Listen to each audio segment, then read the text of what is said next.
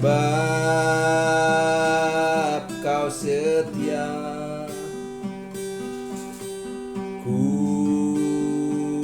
memujimu, karena kau sangat baik. Mulialah namamu, ku tinggikan, ku agungkan selama hidupku.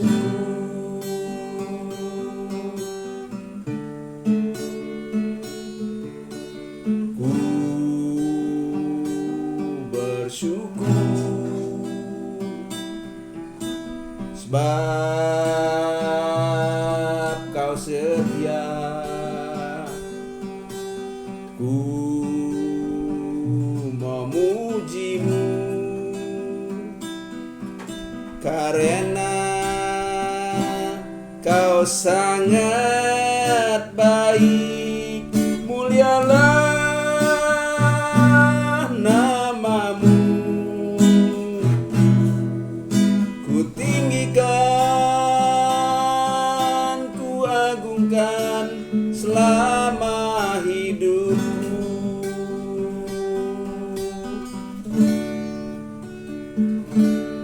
Salam, salam 3S, sehat, selamat, sukses. Bersama Yesus ada masa depan, bersama Yesus masa depan cemerlang.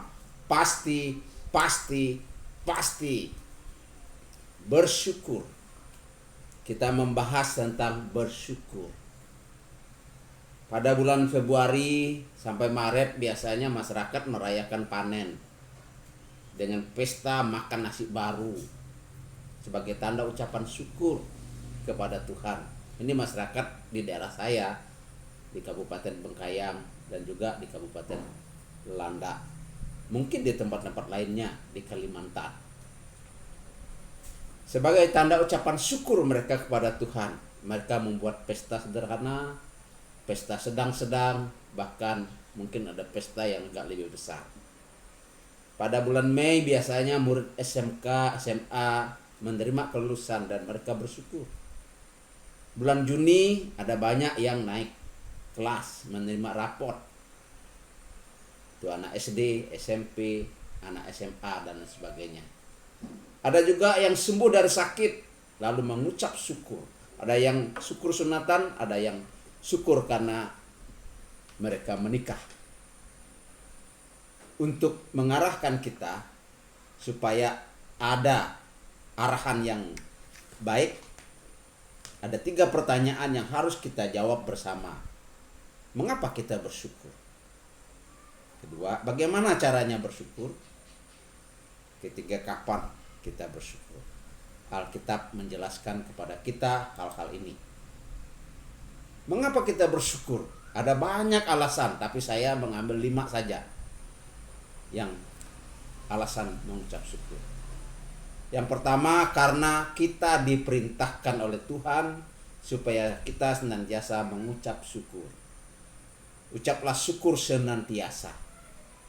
Misalnya dalam Mazmur pasal 105 ayat 1, bersyukurlah kepada Tuhan, serukanlah namanya, perkenalkanlah perbuatannya di antara bangsa-bangsa.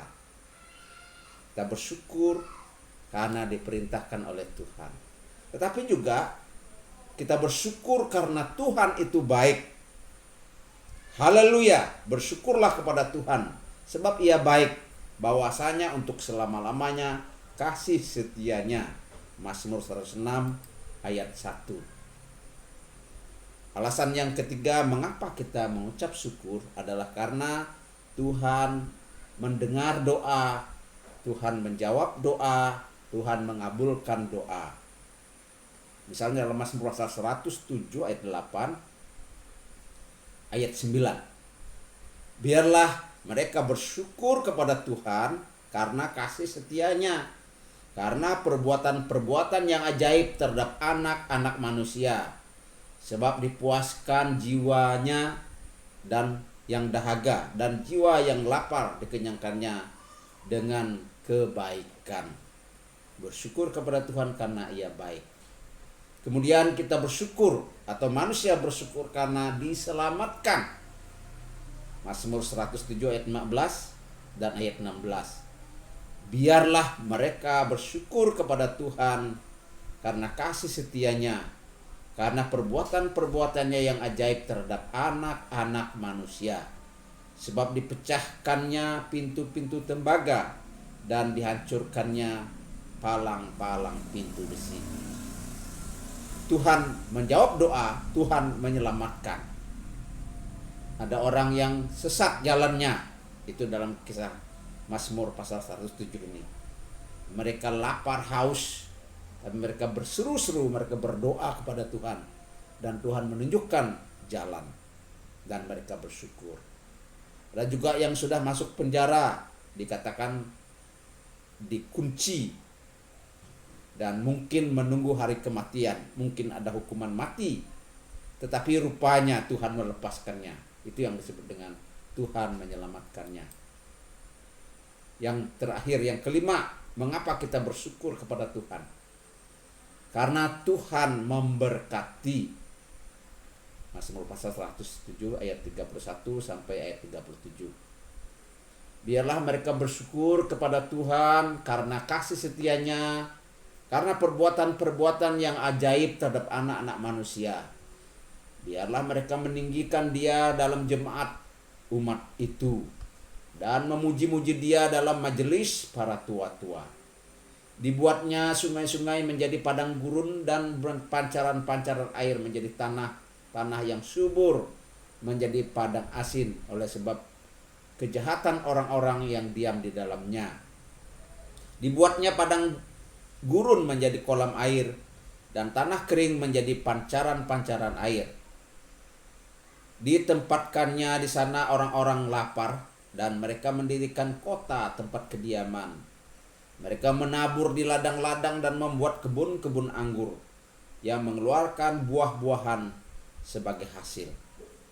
Diberkatinya mereka sehingga mereka bertambah banyak dengan sangat, dan hewan-hewan mereka tidak dibuatnya berkurang.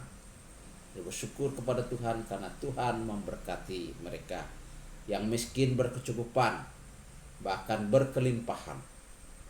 Kota-kota mereka yang kumuh dibuatnya jadi kota-kota yang berhasil. Kita melihat pembangunan dan juga kemakmuran suatu masyarakat di mana Tuhan memberkati masyarakat itu melalui pemimpin yang baik. Saudara-saudaraku yang saya kasih di dalam Tuhan Yesus. Bagian yang kedua, bagaimana caranya kita bersyukur? Rasul Paulus menjelaskan di dalam Kolose pasal 2 ayat 7, dengan hati yang melimpah. Ya, dengan sepenuh hati kita. Dengan ucapan bibir, dengan kata-kata, mengucapkan dengan kata-kata, Tuhan terima kasih, Tuhan saya bersyukur, terima kasih untuk udara, terima kasih untuk air, terima kasih untuk listrik, terima kasih untuk rumah, terima kasih untuk istri, terima kasih untuk suami. Dengan kata-kata kita bersyukur kepada Tuhan.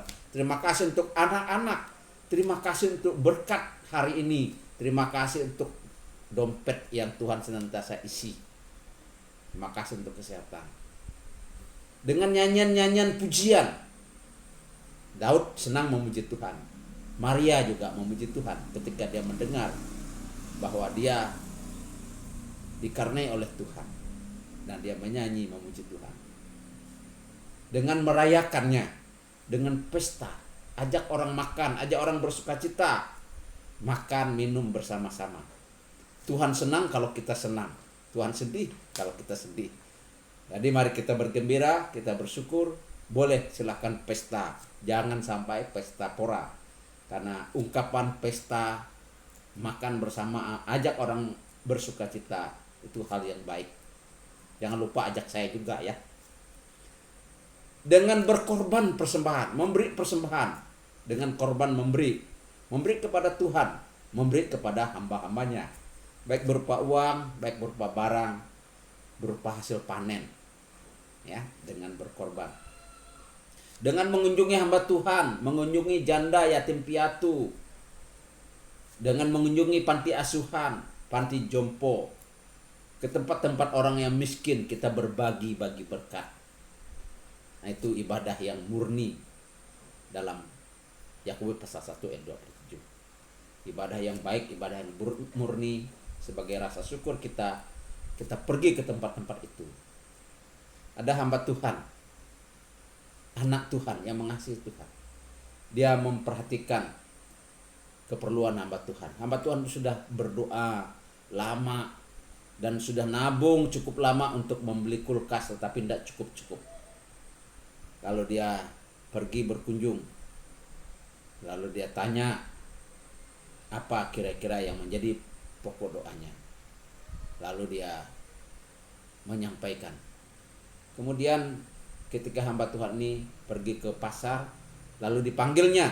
Nah, ini surat cinta untuk kamu, katanya. Lalu dibuka, ternyata dia sudah membeli sebuah kulkas, dikasih kepada hamba Tuhan itu. Lalu dia bilang, ada barangnya, kamu tinggal ambil, silahkan kamu bayar ongkosnya sendiri, bawa ke rumah. Oh, hamba Tuhan itu, puji Tuhan, terima kasih, Tuhan menjawab doa. Satu ketika juga hamba Tuhan ini, dia rindu supaya anaknya ada sepeda, dan dia berdoa kepada Tuhan. Lalu ada seorang ibu yang pernah mendengar firman Tuhan yang diajarkan oleh hambanya ini. Lalu dia bilang, Pak sini dulu. Nah, ini ada berkat, siapa tahu ini berguna. Itu menjelang Natal.